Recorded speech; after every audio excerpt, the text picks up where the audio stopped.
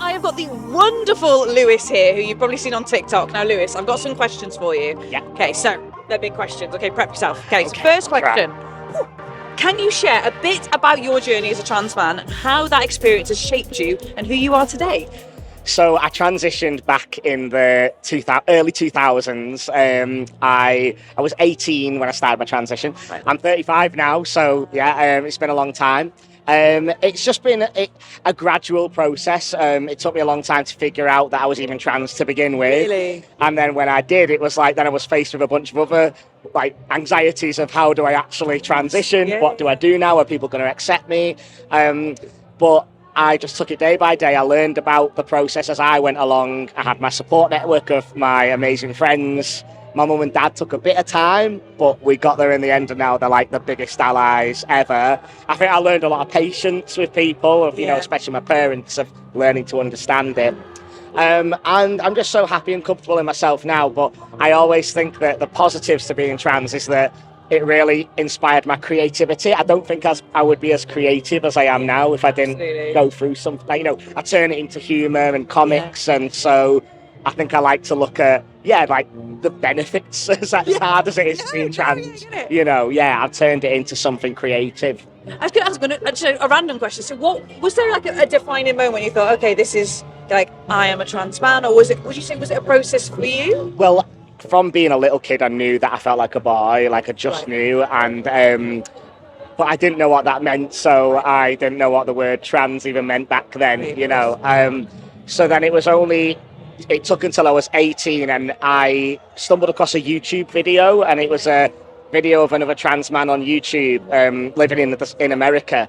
So that, like, at the time, there was just really not much out there at all. But this one trans man in America, I watched his video and I thought, oh my God, not only is that me, but also he was living proof that you can transition and live a perfectly happy, healthy life. You know, because even when I knew little bits about being trans, I still thought that you were setting yourself up for some really hard, weird life, you know, obviously, and that's how I really, you know, so it scared me off even wanting to do anything about my feelings. So then just seeing somebody else living perfectly happy, comfortable, you know, looking like the male that they are, that was like, oh my God, this is possible. So I think that's why I started putting myself out there on YouTube. I was just about to say, you're that for someone else now watching. Oh, well, that feels... How cool is that? I know. It's like full circle. It feels very surreal, but I really hope it helps people. But it is, you're there just living your life, and you're hilarious as well, which is absolute gold, comedy gold.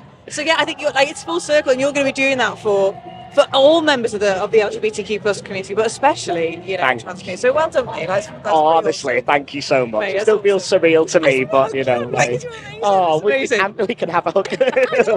Come on. You're amazing. Thank you so much. Okay, so we've kind of covered it, but would you say that is what sort of inspired you to start sharing your kind of transition experience then? Yeah, I think I've always been a storyteller, so I've always wanted to tell stories, whether that's through comics or films.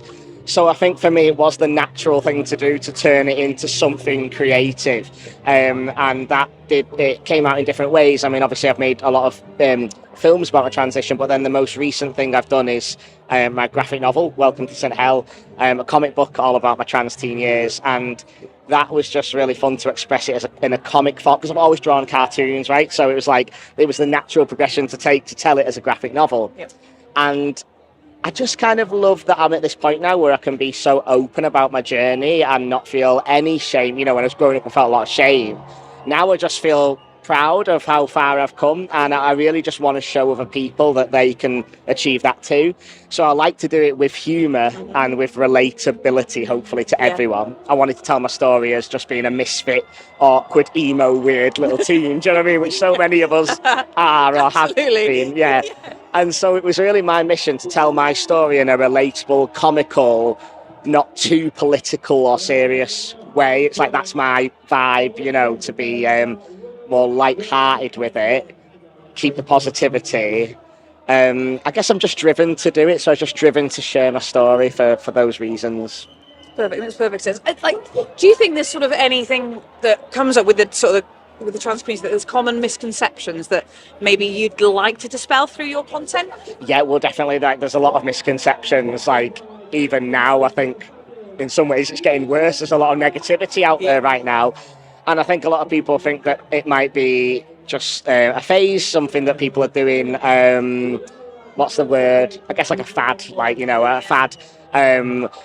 And they're not taken seriously as really being who they are. And I suppose with what I do is, I feel like I'm sort of living proof. I'm in my 30s now, fully transitioned, living a really healthy, happy life. And then I show my journey leading up to it. And I think just people seeing that living proof to see how I've got no shame in showing how I looked before. I'm proud of who I was growing up. I was just doing my best at that time. So I show myself as a teenager, and I show myself now, and I show, look, this is a long journey for me. Yeah. That's another misconception. I think some people think it just happens overnight, that you just suddenly decide you're trans, and then you just suddenly swap genders, And then I really like to show that, no, this is something that's always been within me, and it's a long, hard process. Nobody would choose to be trans and face all of these hardships. It's not a choice. It's just it's who you are. And as much as I like to be comedic, I don't gloss over those hardships as well. Yeah, absolutely. So that's important for me to show that this is not a choice. Yeah. It's cool because comedy is sometimes like the gateway for actually the real stuff that we need to talk about. I think when I was coming out, it was like I'm a very self-deprecating person because it was easy to make fun of it, but then that's the gateway. Once you get people in with humour, you're like, actually, da da da da da. So yeah, totally. Yeah, and I like to sit down very self-deprecating as well. A lot of my humour is just taking the mick out of myself, and so I totally agree. Though I always say that to you, that comedy's a gateway to. Absolutely. It's like I just feel like it makes the education more accessible. It's like if we can all bond over humour, can't we? And I always say we need more laughing and less shouting because, in terms of the political debates going on right now. Absolutely. Wouldn't that be nice if we all had a laughing debate as opposed to shouting? Yeah, that would be. Right? Yeah. Okay, so you've been super open about your journey with loads of body positivity. Mm-hmm. How do you navigate and promote body positivity within the trans community? I think, I went through a hard time growing up with my body image. I had anorexia, suffered an eating disorder. I'm very open about that and how I've overcome that. So now it's so liberating to dress up as my comedy characters and have my body on show and just not care. When I dress up as some of my characters, it's almost like an alter ego, and I get to be super sassy and confident and show off my body. And I love that I'm not this perfect chiseled version of a man. It's I want to show that that trans men and men in general just come in all shapes and sizes. Yeah.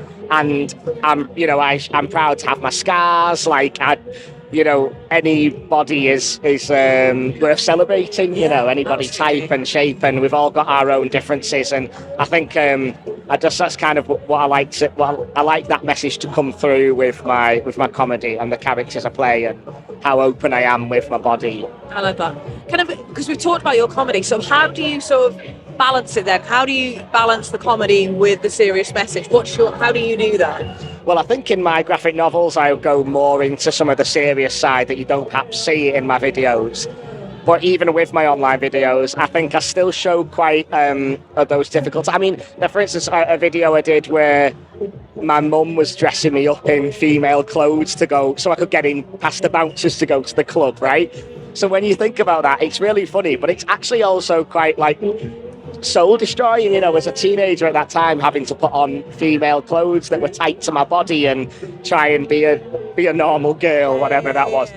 That is actually a hard thing to go through, but now I've got that perspective of seeing the humour in it. And so it's almost like I don't gloss over the hard times, but I just also find the comedy in it as well. And I think that's therapeutic for me, actually. It's therapeutic for me to retell my story with that humorous angle. Yeah. And I like to think it helps other people that's going through anything hard, that there is always humour to be found in things. And I think more importantly, always creativity to be found in things, turning the hard times into something creative has just helped me massively. So amazing, I love that. You've talked a bit about your kind of graphic novel, so Welcome to St. Hell. Yeah. What message do you hope readers will take away from it?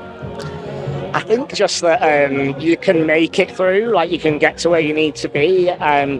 And it was important for me to share my family and friends' perspective in the book as well, and it not just be all from the trans person's perspective. Yeah. I wanted to show that some of my friends and family struggled with it at first, but because I play with time in the book and that we're going back in time, and we've got that perspective of now where my friends and family are the biggest allies ever now. Yeah. You know, I wanted to show that you can, not only will you as the trans person get to where you need to be, but also friends and family, the people around you, can also learn as well to understand. Yeah. And so I think patience is I had to learn. I'm still not very patient now, do you know what I mean? Same, absolutely. But that I did want to show that that sometimes things just take time. Yeah, it's so true, isn't it? I think it's accepting that they're on a journey as well. Exactly. I really struggled when I came out. My mum was initially like, she was like, fine, and then it was like a roller coaster of emotions. Really? And you just have to sort of ride it with them, don't you? You're absolutely right. Absolutely, and I think it's amazing that you've covered that, because I think sometimes we want everyone to just get it straight away, and actually they don't, and that's the unfortunate. It's unfortunate, but it's accepting of that, and then that hopefully will kind of breed more and more general acceptance. Totally, yeah, I completely agree, and that's how I see it. That we're with your friends and family. It's a journey together, isn't it? It's not actually just our journeys, whether it's coming out with trans or your sexuality or whatever it is that makes who you are. You're all in the same, like, on the same path, on the same journey together.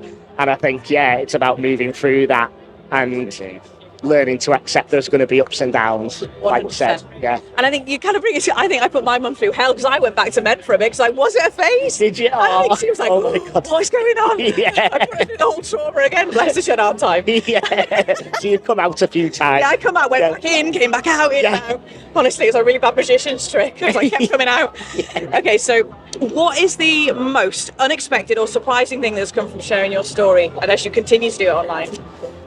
That's a hard question. I feel like there's probably lots of things that surprised me along the way, but something that I always find quite heartwarming is when somebody's been watching my content and not known that I'm trans, because I do stuff that isn't, obviously a lot of my content's just silly comedy videos. Yeah. So someone might be watching my content and then they stumble across a trans video and they're like, oh my God, I've been watching you all this time and not knowing you were trans. And then when I get that from another trans person, they're like, oh my God, I'm trans too. I've been watching you because I just like your humour, and then I've realised you're a trans person like me, and you've shown me sort of like some hope, or that I mean, that just it still feels surreal to me that I could give people hope, but so I don't ever take it for granted. But I think that's just always, it really like touches my heart that I could have helped someone realise that. That just trans people, we're everywhere, you don't know, we're everywhere, we're humans, and we live life like anybody else, and That's so beautiful, mate, that's so amazing. Okay, so what advice would you give then to young people, especially those who are struggling with their identity? I think it's so hard when you're struggling with it.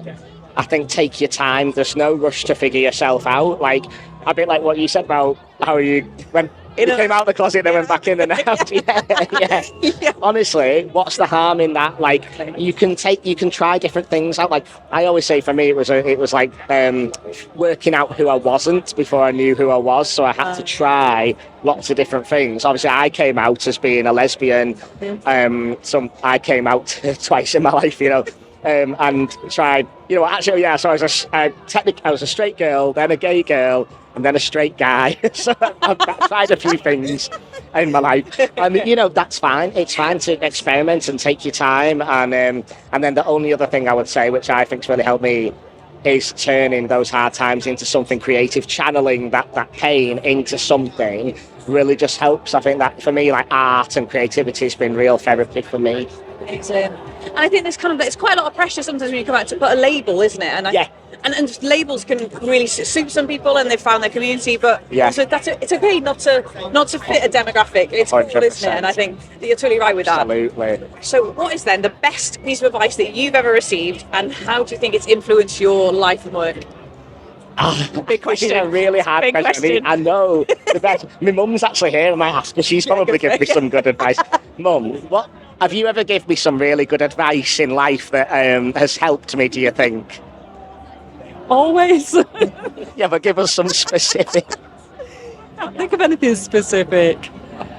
I tell you not to worry about things, don't I? Not to worry about. Do you know what? I'm going to go with that. Yeah. See, the thing is, you wouldn't. A lot of people don't realise it when they watch my content, but I'm a really anxious person. Like, I suffer with anxiety a lot. I worry about everything, stress about everything.